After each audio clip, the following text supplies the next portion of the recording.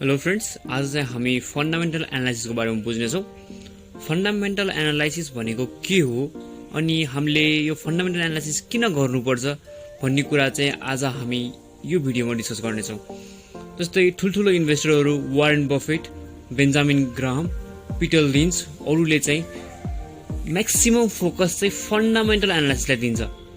Fundamental एनालाइसिसलाई उहाँहरूले focus दिनुको main reason के हो, हामीले पनि किन फन्डामेन्टल एनालाइसिसलाई एउटा प्रायोरिटी दिएर ट्रेड गर्दाखेरि के फाइदा हुन्छ, त्यो कुरा चाहिँ हामी यो भिडियोमा आज डिटेलली बुझ्नेछौँ।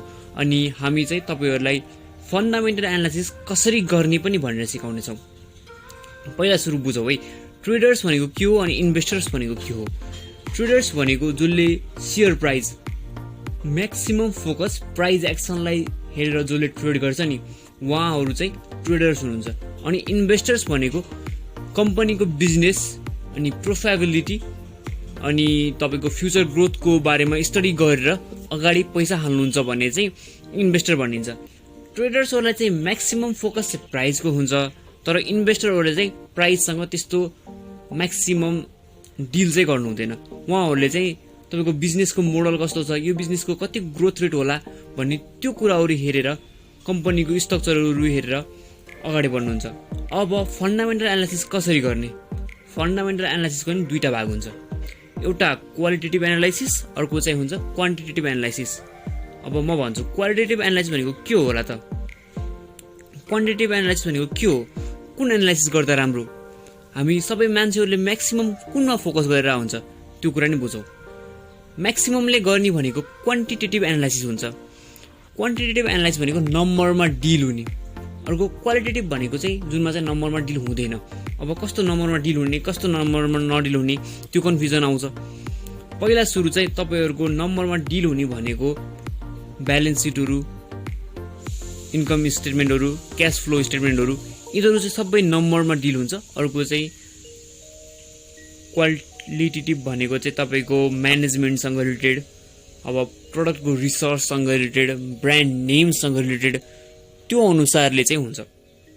हामीले यति बुझिसकेपछि हामी चाहिँ म्याक्सिमम फोकस चाहिँ यो भिडियोमा चाहिँ क्वान्टिटेटिभ एनालाइसिसमा हुन्छ। त्यसपछि क्वान्टिटेटिभ एनालाइसिस सकि भएपछि हामी तपाईँहरूलाई यो क्वालिटेटिभ एनालाइसिस पनि कसरी गर्ने। तर एकदमै गाह्रो कुरा के हुन्छ भन्दा क्वालिटेटिभ एनालाइसिसमा चाहिँ तपाईँको अब म्यानेजमेन्ट टिमको कुरा हुन्छ, त्यहाँको प्लानको कुरा हुन्छ, कम्प्युटर्सको कुरा हुन्छ। त्यो भएर समहाउ यो चाहिँ अलिकति गाह्रो हुन्छ, कम्प्लेक्स हुन्छ। किन भन्दाखेरि हामीले ह्युमन नेचरलाई चाहिँ बुझ्न सकिँदैन नि त।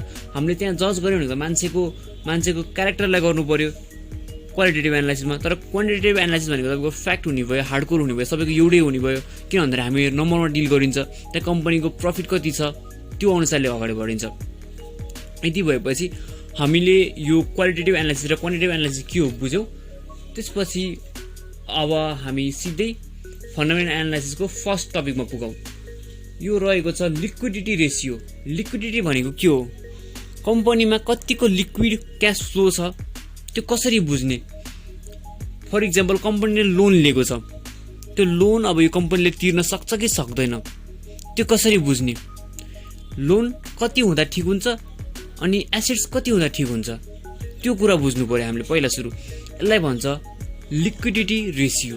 तपाईँको लिक्विडिटी एनालाइसिस गर्नुहुन्छ भने चाहिँ यहाँ परिन्छ। अब हामी सुरुमा चाहिँ लिक्विडिटी रेसियोको चाहिँ करेन्ट रेसियोमा हेर्नेछौँ। करेन्ट रेसियो भनेको के हो, जुनमा चाहिँ current assets divide by current liabilities हुन्छ नि, त्यो चाहिँ करेन्ट रेसियो हो। अब यसमा कतिलाई त थाहा छैन होला करेन्ट एसेट्स भनेको के हो, करेन्ट लाइबिलिटिज भनेको के हो। करेन्ट एसेट्स भनेको तपाईँको सम्पत्ति जुन चाहिँ एक वर्षको भित्रभित्रमा तपाईँले क्यासमा चाहिँ चेन्ज गर्न मिल्नु पर्यो, त्यो भनेको चाहिँ करेन्ट एसेट्स हुने भयो। अब करेन्ट लाइबिलिटिज भनेको के हो, लाइबिलिटिज भनेको तिर्नु पर्ने हो। जुन जुन कुराहरू हामीले एक वर्षभित्रमा तिर्नुपर्छ नि, तिनीहरू चाहिँ करेन्ट लाइबिलिटिजमा पर्छ। करेन्ट लाइबिलिटिज र करेन्ट एसेट्सको कुरा बुझियो। अब करेन्ट एसेट्समा के पर्ला, करेन्ट लाइबिलिटिजमा के पर्ला त्यो पनि बुझ्नु पर्यो। करेन्ट एसेट्समा चाहिँ क्यास एन्ड क्यास इक्विभ्यालेन्ट। अब क्यास एन्ड क्यास इक्विभ्यालेन्टमा ब्याङ्क डिपोजिट्सहरू, सर्ट टर्म फिक्स्ड डिपोजिटहरू अनि म्युचुअल फन्डहरू म्याच्योर भइसकेको यिनीहरू हुने भयो। अब तपाईँको अर्को रहन्छ एकाउन्ट रिसिभेबल, जुन चाहिँ डेप्टर्स भनिन्छ। अब फर इक्जाम्पल डेप्टर्सले केही कुरा सामान लिएर गइरहेको छ तर त्यसको पेमेन्ट चाहिँ विथिन 1 इयरमा गर्छु भनेको छ भने त्यो पनि हाम्रो करेन्ट एसेटमा पर्ने भयो।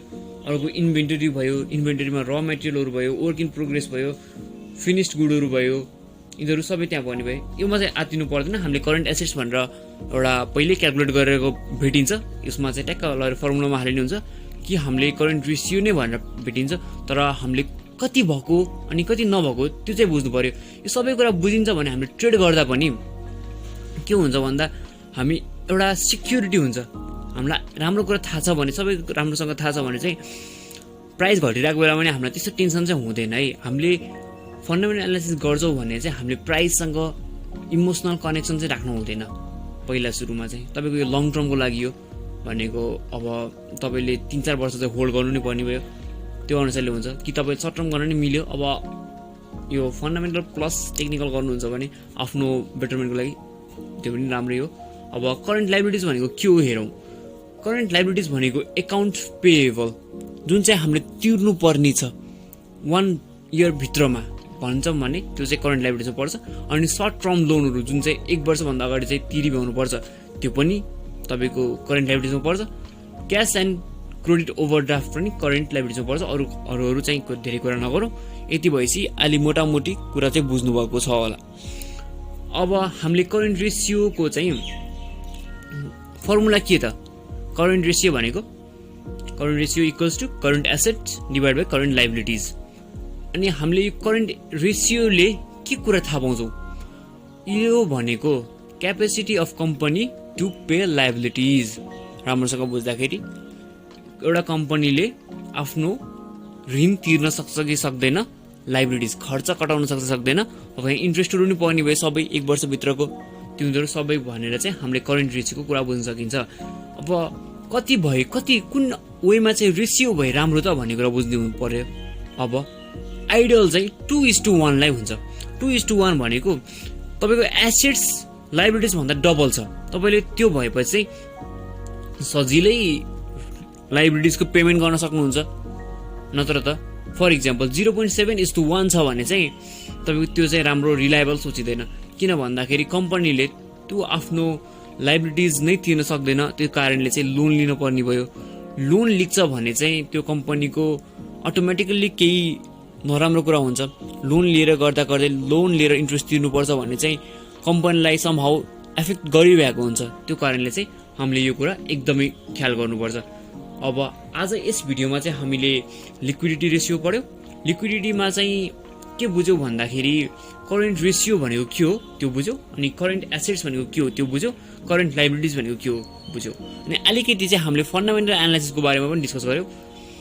अनि आज यस भिडियोमा चाहिँ हामी यहीँबाट बिदा माग्छौँ। अनि अर्को भिडियोमा चाहिँ हामी तपाईँहरूलाई सोल्भेन्सी रेसियोको बारेमा बताउनेछौँ। हस् त धन्यवाद। तपाईँलाई यो भिडियो मन पर्यो भने हाम्रो च्यानललाई लाइक, सेयर, सब्सक्राइब गरिदिनु होला। Okay, thank you.